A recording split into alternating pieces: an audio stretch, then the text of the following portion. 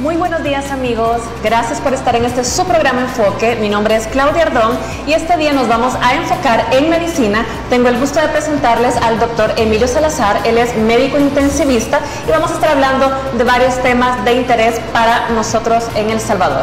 Bienvenido doctor, muchas gracias por aceptar la invitación a este su programa. ¿Cómo está? Muy bien Claudia, un gusto estar aquí y saludo a todos nuestros televidentes que vamos a brindar información importante que va a ser de mucha utilidad para todos. Perfecto. Doctor, me llama la atención y lo hablábamos un poquito fuera de cámaras que casi nadie conoce el término intensivista y me llama mucho la atención que en El Salvador solamente hay 30 doctores intensivistas y eso es debido a que ¿nos puede contar un poquito, explicar un poco qué es ser un médico intensivista y por qué hay tan pocos en El Salvador? Realmente de todas las especialidades, de todos los médicos, pues siempre hay un número inferior al necesario por cada 100.000 habitantes.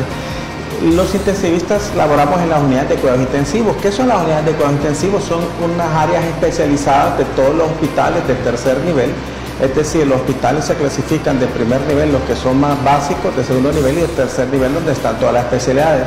Los hospitales más complejos que atienden a los pacientes más graves de las diferentes especialidades, ya sea cirugía, medicina interna, ginecología, urología, etcétera, tiene que contar con una unidad especializada de pacientes que necesitan una vigilancia minuto a minuto o intensiva. Estas unidades de cuidados intensivos son las que se encargan en estos pacientes que tienen compromisos de su vida, de algún órgano, por ejemplo, pacientes que por alguna razón médica no pueden respirar, pacientes que su corazón presenta arritmias cardíacas, ya sea que su frecuencia sea muy rápida o muy baja, pacientes que presentan hipertensión o hipotensión severísimas o que necesitan dispositivos de soporte vital ingresan a estas unidades de cuidados intensivos.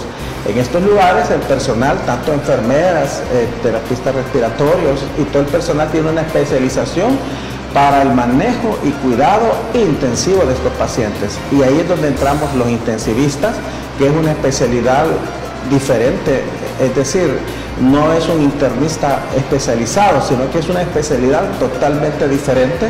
Un intensivista puede ser un ginecólogo, un cirujano o un internista que ha decidido estudiar esta especialidad y dedicarse a cuidar a estos pacientes que entran en una condición de compromiso de su vida, una condición bien delicada en la que los cambios de un minuto a otro, de una hora a otra, son importantes y cruciales para la recuperación de estos pacientes. Usted estudió en la Universidad Nacional, ¿verdad? ¿Y en qué otras universidades está esta carrera en específico? ¿O esta especialidad en específico? Esta especialidad, bueno, yo estudié Medicina General en la Universidad del Salvador y luego completé mi formación como especialista en el hospital escuela más importante del país, que es el Hospital Nacional Rosales, donde cursé cirugía general y finalmente la especialidad de cuidados intensivos. Actualmente, pues, las universidades han acogido los hospitales y afortunadamente hay una mejor preparación de las especialidades médicas y se están preparando más intensivistas en el país. ¿Cómo ha sido el proceso, bueno, desde que comenzó la pandemia, doctor, para ustedes como intensivistas? Porque sabíamos que son a los que más recurrían durante, estuvo, digamos, el conato de la pandemia, cuando estábamos en cuarentena, cuando los hospitales estaban desbordados de pacientes y ustedes solo son 30 en el país. ¿Cómo fue ese proceso de los hospitales? Realmente la pandemia vino como a quitar el telón, ¿verdad?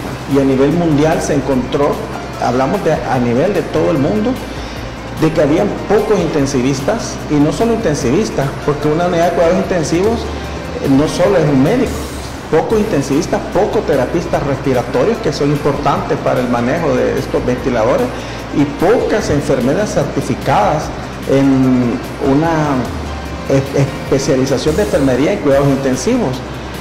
Con la pandemia, recordemos que en la forma inicial, el 15% de los casos de COVID eran asintomáticos. Del resto que quedaba, el 85% restante, 80% eran formas entre leves y moderadas y solo el 5% eran pacientes que iban a requerir cuidados intensivos. Pero como la contagiosidad del COVID era tan alta a nivel mundial, se desbordó la capacidad de los cuidados intensivos, es decir, hubo un déficit.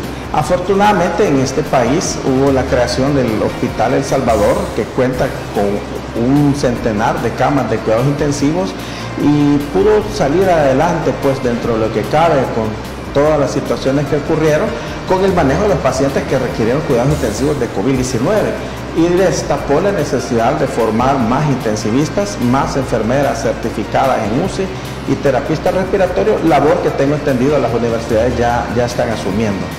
Pero sí fue una situación bien delicada que a la humanidad le costó aprender muchas cosas y difícil, ¿verdad? Difícil, pero al final creo que bien o mal pues salimos adelante. Actualmente, como usted menciona, en la Universidad de El Salvador está, bueno, la carrera de medicina como tal, que creo que es una de las mejores universidades para esa carrera, pero digamos si los jóvenes que están estudiando eso quisieran especializarse en esa área en específico, ¿qué consejos les podría dar usted para que tomen esa carrera o esa especialización para que ellos sigan ese proceso? Realmente tengo entendido, según lo que he visto en las noticias oficiales, porque no estoy muy de cerca de la universidad, que lo está formando ahí en el Hospital El Salvador. Tengo entendido que aperturaron plazas para residentes, es decir, residente es un médico que pasa un par de años más dentro de un hospital con un horario un poquito más extendido, y de ahí viene la palabra residente, que reside dentro de un hospital, es decir, jornadas largas de trabajo, turnos, etcétera, y a la vez actividades académicas que lo van preparando para la especialidad que él ha escogido, ¿verdad? Entonces mi recomendación pues es que estudien mucho, ¿verdad?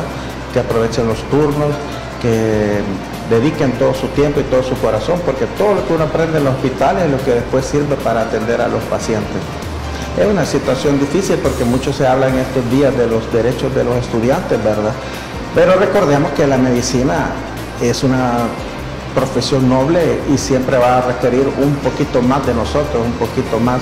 Es decir, no son jornadas normales de trabajo, ¿verdad? De 8 horas, no son jornadas que uno va a poder descansar cuando uno quiere o comer a la hora, sino que requiere un poquito más de esfuerzo, sobre todo una especialidad tan delicada como los cuidados intensivos, en la que los minutos cuentan, los detalles que uno logra ver en los pacientes cuentan.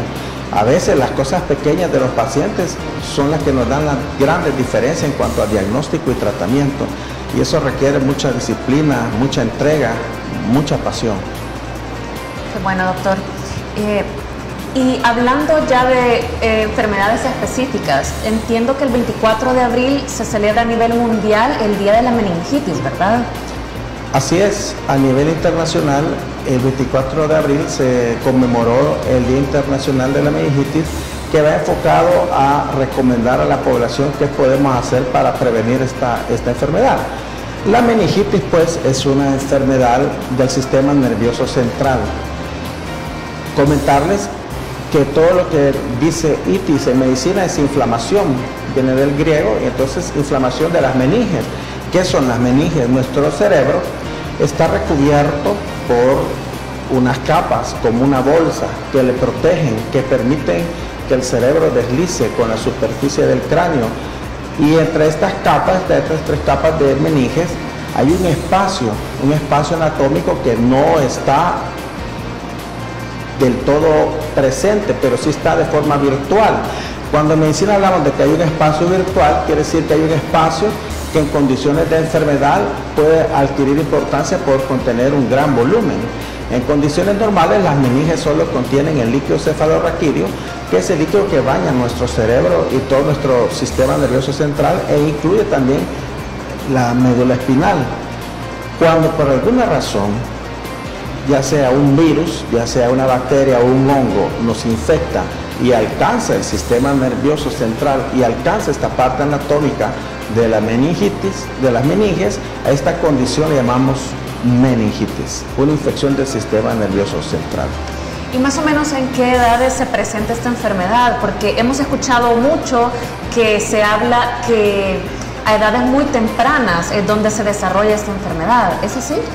Sí, de hecho hay una alta frecuencia de meningitis en los niños desde que nacen hasta los 6 años de edad, y por eso la meningitis es importante saber que muchas de estas son prevenibles.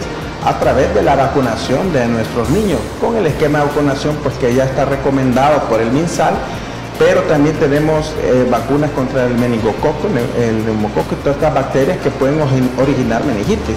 Sin embargo, también es importante saber que puede haber meningitis a cualquier edad y que es importante identificarla, es decir, puede haber meningitis en adolescentes, meningitis en adultos, tercera edad, y el diagnóstico temprano nos va a llevar un tratamiento oportuno y eficaz para combatir esta enfermedad.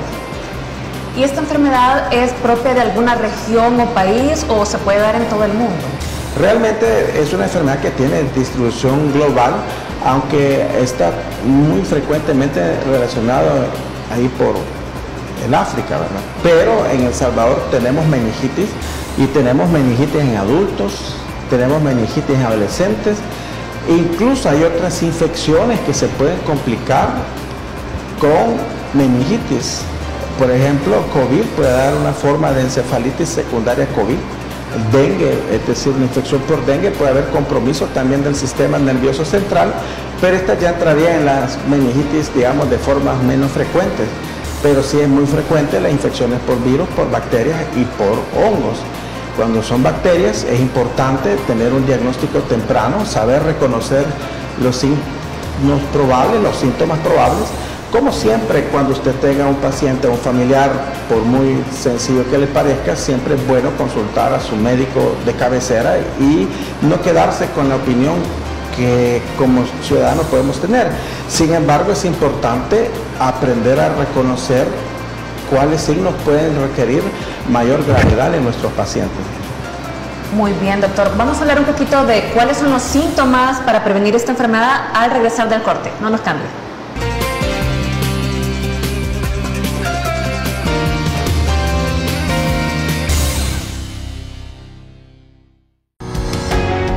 Samvar, una empresa que cree en la sostenibilidad ecológica y en la cultura de productos biodegradables en El Salvador, decididos a proveer las mejores soluciones en limpieza, porque cuidar el medio ambiente es tarea de todos.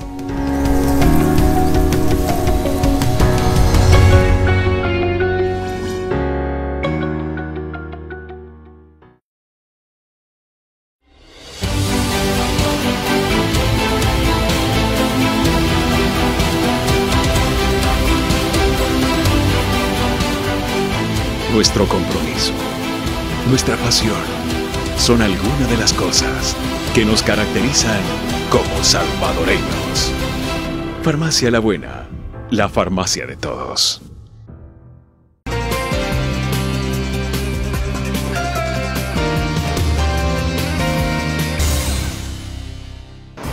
Gracias por continuar con nosotros en este su programa Enfoque. Este día estamos hablando de un tema muy importante con el doctor Emilio Salazar. Él es médico intensivista y estamos hablando en este momento de la meningitis. Doctor, en el bloque anterior estábamos hablando sobre las causas de esta enfermedad, pero quisiera saber cómo podemos diagnosticar o cómo podemos decir: creo que tengo esta enfermedad o creo que mi hijo tiene esta enfermedad. ¿Cuáles son los síntomas que nosotros podemos ver a simple vista para poder decir tengo que llevarlo donde el doctor? A ver, el tema de las enfermedades infecciosas es bien difícil, porque casi todas las enfermedades infecciosas dan fiebre. Entonces, los casos de meningitis usualmente se acompañan de fiebre, dolor de cabeza, puede haber osteomialgias, náuseas y vómitos. Hasta este escenario clínico, ahí podemos descartar, puede ser dengue, puede ser zika, chikungunya, malaria, puede ser COVID, pero hay unas características que son ya más sutiles que nos pueden orientar a un problema del sistema nervioso central. Por ejemplo, la característica del vómito. El vómito de un paciente que tiene una neuroinfección tiene una característica que es en proyectil, es decir, que cuando vomita es como que lo avienta con fuerza a mucha distancia. Entonces es un vómito en proyectil, que es diferente al vómito que nosotros vemos cuando un paciente tiene diarrea, por ejemplo, que es un vómito más controlado. A este vómito le llamamos vómito en proyectil incoercible. También hay otros signos clínicos muy sutiles que nosotros como médicos podemos encontrar, pero que también la población puede fácilmente identificar que algo está raro en su paciente, en su niño, en su adolescente, en su papá o en su abuelito. Usted pone la mano bajo la cabeza del paciente cuando está acostado e intenta levantar la cabeza. En condiciones normales usted puede hacer la prueba, ahorita que todo está sano, acuesta a su niño ahí en la mesa o en la cama, ponga la mano bajo la cabeza y trate de flexionarla y va a ver que lo puede hacer con facilidad. Cuando usted pone la mano bajo la cabeza e intenta flexionarla y siente que no puede flexionarlo, a eso le llamamos rigidez de cuello. Y eso es casi un signo patognomónico, le llamamos, es decir, casi inequívoco, que su paciente tiene una neuroinfección, una meningitis, la rigidez de cuello. Luego pueden presentar, ya si esto va avanzando, convulsiones y llegar incluso al coma. Pero no debemos de esperar a que nos convulsione alguien en la casa o que llegue al coma, porque mientras más tarde llegue este paciente a nosotros, las posibilidades de recuperación son menores. Y hay otros signos pues que como médicos nosotros exploramos ya con ciertas técnicas, buscando ciertos reflejos en los miembros inferiores para lograr identificar que hay un problema de neuroinfección. Ahora bien, ya en el hospital, cuando un médico sospecha que tenemos estos cuadros, hay muchos estudios de sangre que se hacen, porque cuando tenemos un caso de infección no solo tenemos que asegurarnos que sea meningitis, sino que tenemos que descartar otra serie de infecciones.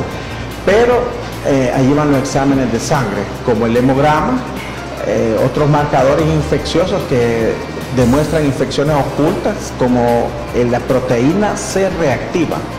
Importante, proteína C reactiva que puede estar elevada aun cuando el hemograma está normal y nos puede revelar una infección. Y otro marcador importante que le llamamos procalcitonina. Pero también cuando hay sospecha clínica de que el problema puede estar en el sistema nervioso central, su médico recurrirá a un procedimiento diagnóstico que se llama punción lumbar y que básicamente consiste en una agujita en su espalda, como cuando a la mujer le hacen una cesárea y le van a hacer ahí la anestesia raquídea. Es una punción lumbar, se obtiene una muestra de líquido cefalorraquídeo y este líquido se envía a estudio de laboratorio, lo cual está rapidito, en unos 20, 30 o máximo una hora, y eso nos viene a confirmar el diagnóstico y la necesidad del inicio rápido, pronto, de la antibioticoterapia eficaz en el caso de las neumonías bacterianas y algunos antivirales, si sospechamos, según las características del líquido, que sea una meningitis viral. En conclusión, lo más importante, si usted tiene un cuadro febril, es detectar los signos neurológicos, como son los cambios en la conducta, los cambios en el comportamiento, que de pronto está hablando incoherencia, la rigidez del cuello, los vómitos incoercibles. Eso le puede orientar a que su paciente está muy grave y que tiene una neuroinfección. Doctor, ¿y esta enfermedad cómo se transmite? Porque por ser infecciosa de alguna forma tiene que haber algo viral o algo. ¿Cómo se transmite? Como hay muchos agentes, ¿verdad? Puede entrar por la nariz, por partículas, como cualquier enfermedad viral, por ingesta, por falta de lavado de las manos. Son virus, son bacterias, son hongos que andan ahí en el ambiente y que de pronto usted los respira, usted los inhala, y eso luego se distribuye por el cuerpo y llega a alcanzar las meninges y ahí viene la neuroinfección. Y para tratarlo usted mencionaba la vacuna, pero ¿hay otro tipo de tratamiento? Si ya la tenemos, digamos. Es decir, la vacunación le va a proteger de la meningitis en los niños, pero si pero esto habla de las meningitis que pueden ser prevenidas por vacuna. Pero si de pronto se enfrenta a un virus, una bacteria contra la que no está cubierto, pues ya el tratamiento incluye muchos medicamentos, entre ellos, si sospechamos una meningitis bacteriana, antibióticos de amplio espectro, fuertes, por vía intravenosa, y de allí, en base a qué tan avanzado esté, a qué nivel de gravedad tenga, es decir, si tiene convulsiones, si ha tenido convulsiones, ocupamos medicamentos para detener las convulsiones. Por eso es importante llegar lo más pronto a nuestros establecimientos de salud para descartar que esa fiebre, ese dolor de cabeza que parece ser una fiebre más, no sea una situación de mayor gravedad. Y esta enfermedad, si digamos un adulto o un niño la está padeciendo en este momento y tiene el tratamiento adecuado, ¿puede tener algún tipo de complicación o secuelas a largo plazo? Por supuesto. Recordemos que es una infección del sistema nervioso central y que se inflama. Mientras más tarde entremos con el diagnóstico oportuno, pues el cerebro es un órgano noble, es decir, neurona que se lesiona no se puede recuperar y pueden haber secuelas importantes, ¿verdad? Desde cambios en el habla permanentes, pérdida de la movilidad de alguna extremidad o que quede un paciente pues con convulsiones, ¿verdad? Pueden haber secuelas. Sin embargo, si se diagnostica a tiempo y se inicia un tratamiento eficaz, el paciente puede recuperarse por completo. Y en el caso de los niños versus los adultos, ¿los síntomas suelen ser los mismos o hay alguna diferencia? Los signos son similares, lo único que en el niño es más difícil obtener algunos datos, ¿verdad? De que él nos diga que se siente Cuando son bebés no pueden hablar, por ejemplo. Exacto, no podemos detectar los cambios en la conducta, en el comportamiento. Pero realmente los signos son muy similares en niños y adultos. Digamos, doctor, entonces que las recomendaciones para las personas adultas o para los que tienen niños es que si notan algún cambio en la conducta, si tienen algún síntoma de los que usted ya mencionó, acuden directamente a las unidades de salud o al doctor de cabecera o a los hospitales nacionales o a los hospitales privados para que sean atendidos oportunamente, ¿cierto? Sí, la razón de este Día Internacional de la Meningitis es recordarle a la población que por la pandemia, por el aislamiento, por todo lo que ha pasado, pues se ha visto a nivel mundial que se ha descuidado el esquema de vacunación normal de nuestros niños. Entonces la primera medida que tenemos que hacer para evitar la meningitis es actualizar los esquemas de vacunación de nuestros niños. Eso es lo primero que tenemos que hacer y luego, como para cualquier enfermedad, no subestimar las enfermedades. Porque muchas enfermedades, muchas virosis solo dan fiebre, dolor de cabeza y a los 2 días estamos bien, pero debemos aprender a reconocer cuando una enfermedad nos está gritando que hay un síntoma de gravedad, cuando hay algo que se sale de un simple resfrío, pues, y esos son las características, hablando de la meningitis, pues las características del vómito en proyectil, las convulsiones, los cambios de conducta, la rigidez del cuello, de pronto usted, ¿y por qué está duro aquí? Es decir, esos son los signos de alarma, son las banderas rojas que la enfermedad nos está diciendo, llévelo a pasar consulta para hacer un buen diagnóstico. ¿Y siempre da esa rigidez o en algunos casos la da o en otros no? La mayoría de los pacientes la presentan. Es un signo que acompaña a más del 90% de los cuadros clínicos que tienen meningitis. ¿Y esta enfermedad puede llevar a las personas a la muerte? Sí, por supuesto, porque es una enfermedad del sistema nervioso central. E incluso si la bacteria es resistente, incluso a los antibióticos, a veces no se puede controlar la enfermedad. Y si de pronto un paciente empieza a convulsionar, ya en sí las convulsiones ya es un problema adicional. Porque las convulsiones pueden ser lo que llamamos una convulsión aislada, ¿verdad? Pero también pueden presentar lo que llamamos estatus epiléptico, que es un paciente que empieza a convulsionar y no cesa de convulsionar. Las convulsiones al final son descargas eléctricas de nuestras neuronas, es decir, nuestras neuronas erráticamente están haciendo cambios en su voltaje, en su polaridad, y en cada convulsión mueren miles de neuronas. Afortunadamente en nuestro cerebro tenemos millones de neuronas, pero si un paciente convulsiona y no se detiene, y en el estatus convulsivo incluso hay pacientes que no dejan de convulsionar, que incluso llegan a necesitar intubación orotraqueal para frenar las convulsiones y poder dormirlos por completo. En estos pacientes sí, solo la convulsión le está lesionando las neuronas, las secuelas aumentan y en los casos más severos sí puede fallecer nuestro paciente. ¿Y hay alguna diferencia de las secuelas a largo plazo entre niños o adultos o varían o son similares? Pueden ser similares, ¿verdad? Pueden ser similares, porque como es del sistema nervioso central, las secuelas van encaminadas a las funciones de nuestro cerebro, ¿verdad? El habla, la memoria, la capacidad cognitiva, la capacidad de movilizar nuestras extremidades. o el hecho de que no convulsionemos, pues cuando un paciente llega a estos estatus convulsivos, de pronto quedan focos epilépticos y en raros casos, pero sucede, pueden quedar requiriendo tratamientos para las convulsiones de por vida incluso. Interesante, doctor. Muy interesante este tema. La verdad es que hay que estar pendientes a los síntomas y a que no se descuiden. Yo sé que todo el mundo está todavía con el estrés del COVID, pero si usted ve alguno de esos síntomas, ya sea en usted, en algún familiar o en sus niños, por favor acuda a un médico especialista. Vamos a corte y regresamos.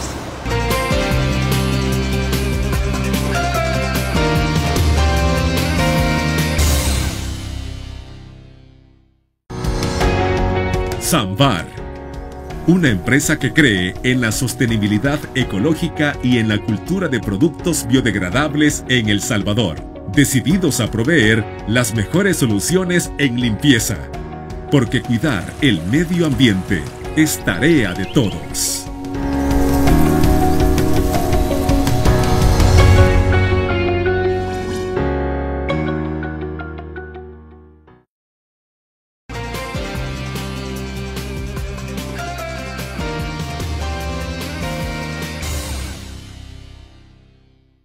Gracias por continuar con nosotros en este su programa Enfoque y estoy hablando con el doctor Emilio Salazar. Él es médico intensivista y estábamos hablando en los bloques anteriores de la meningitis.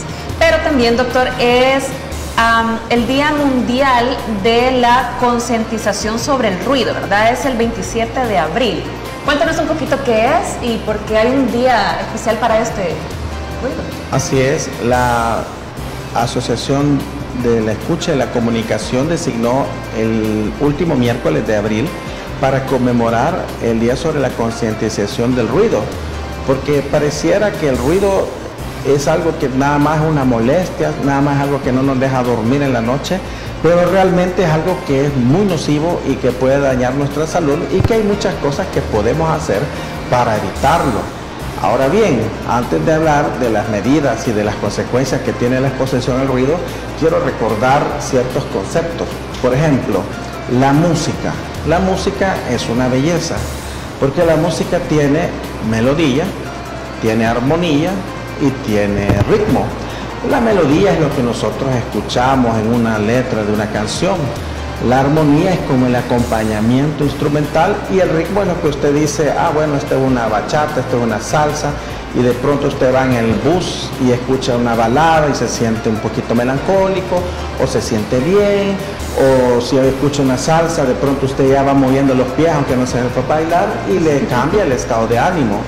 Las notas musicales son unos sonidos que producen ciertos instrumentos y vibran, producen una frecuencia de onda, una variación en el espectro sonoro que está bien medido y tiene un orden. Eso es la música. Pero el ruido, a diferencia de la música, no tiene armonía ni tiene ritmo y es algo caótico. Es algo que no tiene orden y que usualmente es desagradable. Aunque hay ruidos que pueden ayudarnos a mejorar nuestra situación psicológica y a darnos calma. Es decir, ya vimos que la música es algo bello. Usted escucha un piano, escucha una canción, escucha una trompeta y eso es música. Pero los ruidos es todo aquello que no tiene nada que ver con la música. Sin embargo, si usted escucha de pronto el sonido de las olas del mar, es un ruido, porque no tiene ni armonía, ni melodía, ni ritmo. Sin embargo, es un ruido que incluso le puede transmitir calma. O por ejemplo, está lloviendo y escucha usted la lluvia caer. Es un ruido que también, como viene de la naturaleza, no le va a repercutir en su salud. Y usted, algunas personas pueden sentir delicioso estar acostados y escuchar llover. Les da paz, les da tranquilidad, melancolía, lo que sea, pero son ruidos que no dañan su salud. Ahora, ¿cuáles son los ruidos que nosotros debemos evitar? Bueno, todos los ruidos que producimos en la ciudad, en los automotores, el ruido de un avión. Aquí afortunadamente el aeropuerto no está en la capital, pero hay países donde el aeropuerto está en la capital, sí. Y usted está ahí escuchando cada vez que sale un avión, cada vez que llega un avión, los trenes, las fábricas, las máquinas, de pronto están arreglando una calle y están ocupando máquinas para romper. Todos estos ruidos dañan nuestra salud. ¿De qué forma la dañan? Pues se ha demostrado que primero aumentan el estrés, disminuyen nuestra capacidad de dormir, generan insomnio. También se ha demostrado relación con enfermedades cardiovasculares e incluso hay estudios que relacionan la exposición por tiempo prolongado a estos ruidos con diabetes mellitus y aumento de la ansiedad, y esto lleva a obesidad. Entonces, todos estos ruidos que pareciera que ahí están y que nos hemos casi acostumbrado son dañinos para nuestra salud. Y este nivel de ruido se puede medir y lo miden en decibelios, y la Organización Mundial de la Salud recomienda la exposición a menos de 70 decibelios. Pero vamos también a otra parte, al ruido que intencionalmente nosotros producimos. Por ejemplo, en una fiesta, en una casa, en altas horas de la noche, pues alguien puede tener la mala costumbre o la mala educación de poner su equipo de música, y eso, aunque es una canción, ya no, si pasa a los 70 decibelios, viene a constituir un ruido y está haciendo daño a usted mismo y a las demás personas. También hablar de lo que cada vez es más común, ¿verdad? Los audífonos. Los audífonos de cualquier tipo, ya sea alámbricos o inalámbricos, debemos de hacer conciencia que hasta nuestro teléfono nos dice cuando le queremos dar más volumen, no recomienda que subamos el volumen.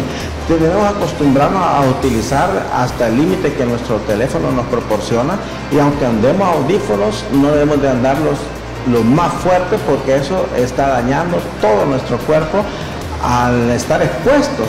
Entonces, ¿cuáles son las recomendaciones? Bueno, como persona, disminuir la exposición a ruidos, es decir, evitar estos lugares ruidosos. 2, utilizar, si es posible, tapones, ¿verdad? Si usted trabaja en una situación donde hay mucho ruido, se recomienda que use tapones para proteger su tímpano, para proteger su oído. Y en los audífonos ya lo mencionamos.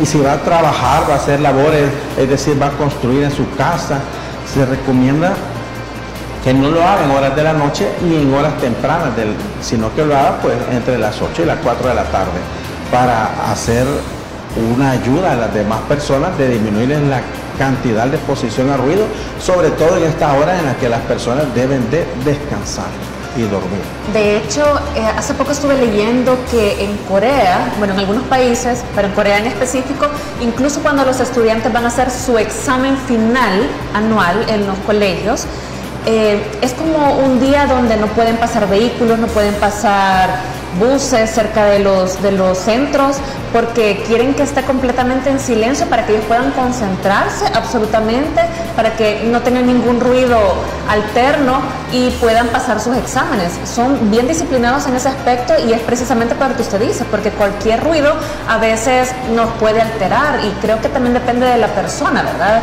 Que hay personas que son un poco más nerviosas que otras. Y también otra cosa que he visto, que en hospitales o cerca de los hospitales hay rótulos donde dice que no se permite tener ruidos demasiado estruendosos, o no se permiten discotecas, por ejemplo, precisamente por ese tema del ruido, ¿verdad?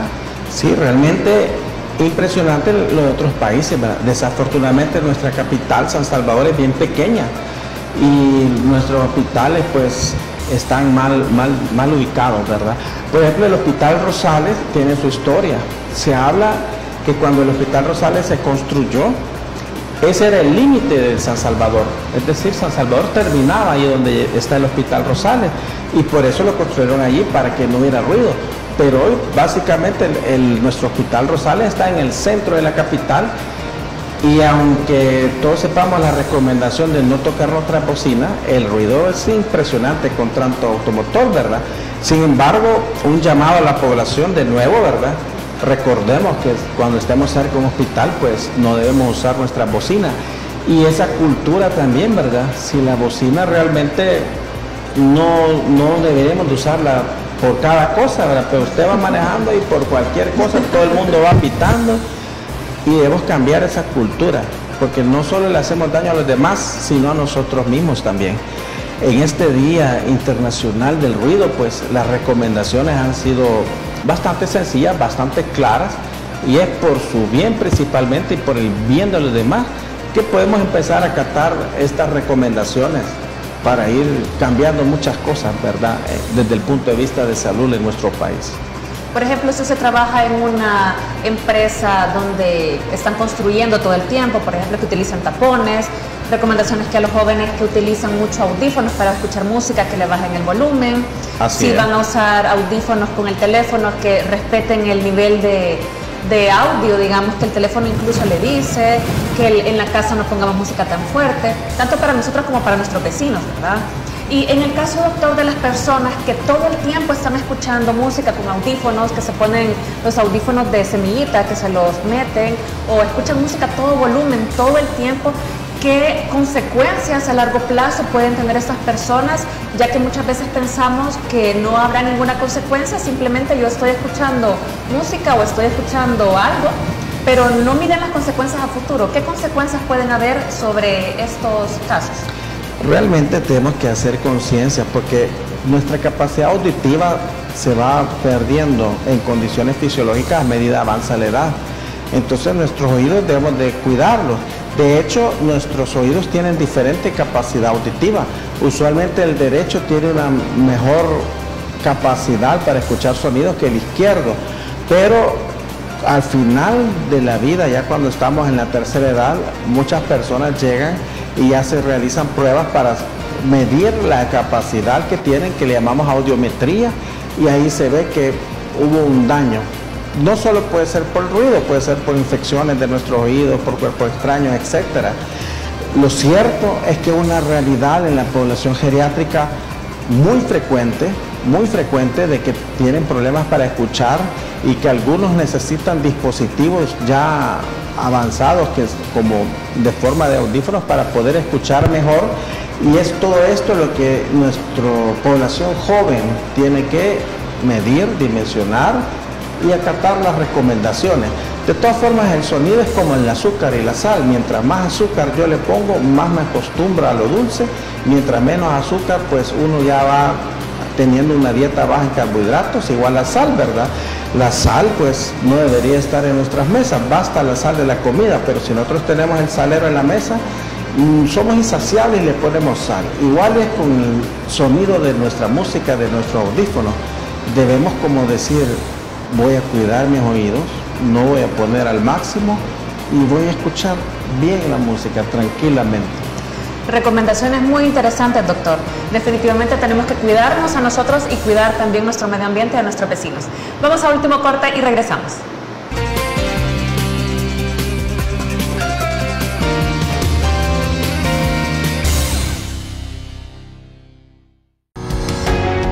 Samvar, una empresa que cree en la sostenibilidad ecológica y en la cultura de productos biodegradables en El Salvador, decididos a proveer las mejores soluciones en limpieza, porque cuidar el medio ambiente es tarea de todos.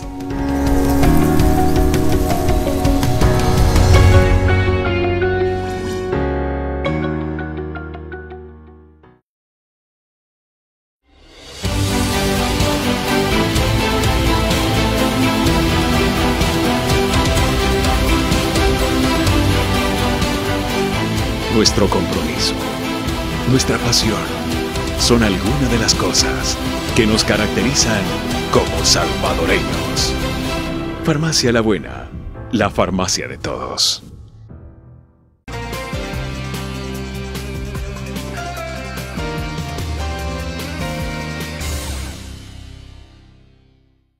Gracias por continuar con este su programa Enfoque. Este día estamos hablando de temas muy importantes de salud con el doctor Emilio Salazar. Él es un médico intensivista y hemos estado hablando de diferentes temas. Pero en este momento vamos a hablar de un tema muy interesante que es la hepatitis en niños.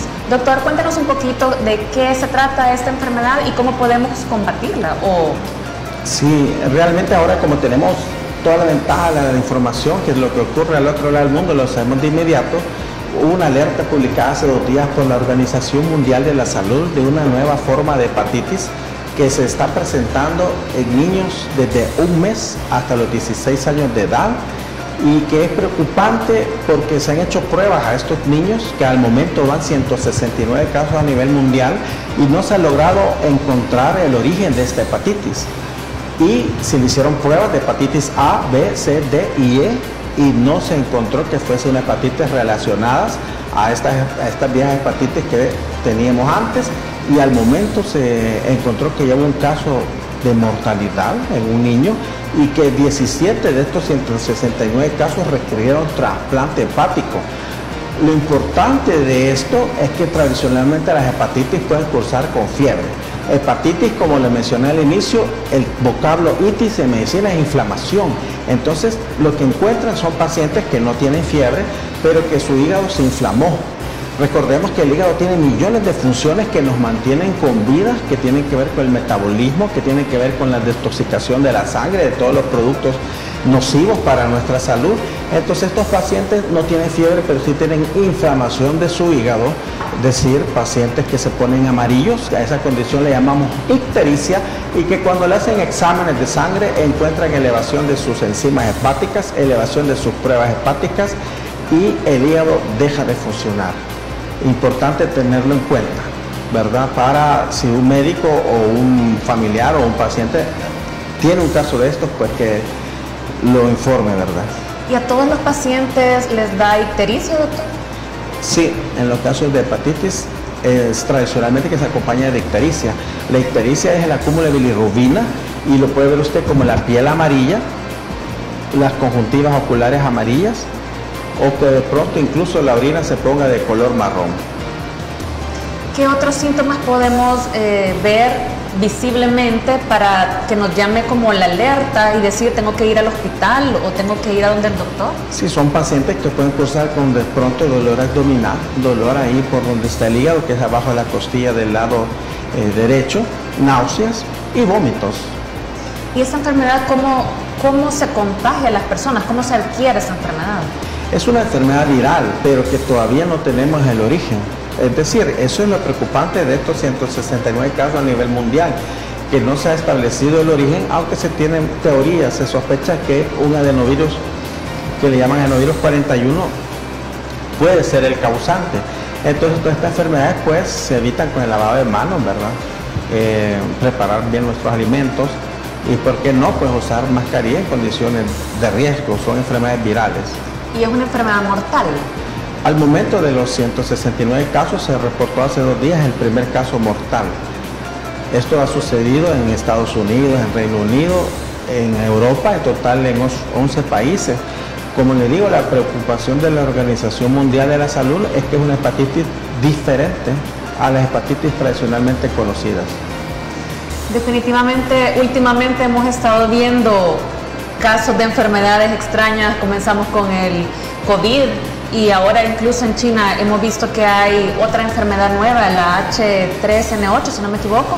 Entonces tenemos que estarnos cuidando constantemente y atendiendo o yendo a los médicos, ¿verdad, doctor? Claro, la información no es para que la gente caiga en pánico, ¿verdad? Sino para que tomemos nuestras medidas de autocuidado, sigamos cuidándonos, lavándonos las manos, guardando la distancia, usando nuestra mascarilla en situaciones de riesgo.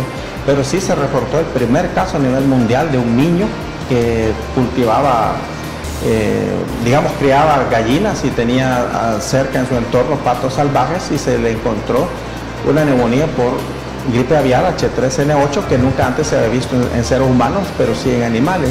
Sin embargo, las noticias dicen que el caso es aislado y que está bajo control, pero tenemos que estar pendientes de todo lo que está sucediendo en relación a la salud pues a nivel mundial para seguirnos cuidando. Definitivamente hay que estar pendientes, como usted dice, informarse, no alarmarse, pero sí tomar las precauciones del caso y, como dice el doctor, seguir usando la mascarilla, lavarse las manos y cuidar lo que uno come. Muchísimas gracias, doctor. ¿Cuáles son sus redes? ¿Dónde lo pueden encontrar? ¿Dónde está su clínica? Bueno, estoy para servirles. Si tienen alguna consulta adicional, tengo una página en Facebook donde comparto información que le va a ser de utilidad desde el punto de vista médico. Pueden encontrarme en Facebook como dr.emilio Salazar, en Instagram como dr. Emilio Salazar y mi WhatsApp es 78480041 para cualquier emergencia médica. ¿Puede repetir su WhatsApp, por favor? Es el 78480041. 41 para servirle en cualquier hospital privado de El Salvador. Bueno, ahí tenemos al doctor que definitivamente, doctor, nos ha dado muy buena información, muy buenos tips, recomendaciones y sobre todo a seguirnos cuidando, que sabemos que por nosotros, por nuestros familiares y nuestros amigos, tenemos que estar siempre atentos, escuchando a los doctores, no bajando la guardia y pues cuidándonos mucho. Muchísimas gracias a ustedes por habernos acompañado este día. Gracias, doctor, por el tiempo, por acompañarnos y atender nuestro llamado. Definitivamente muy buena información y esperamos tenerlo pronto. Gracias, Claudia, y que Dios me les bendiga a todos los que nos ven en esta hora. Gracias, amigos. Cuídense mucho. Feliz día y nos vemos en la próxima. Saludos.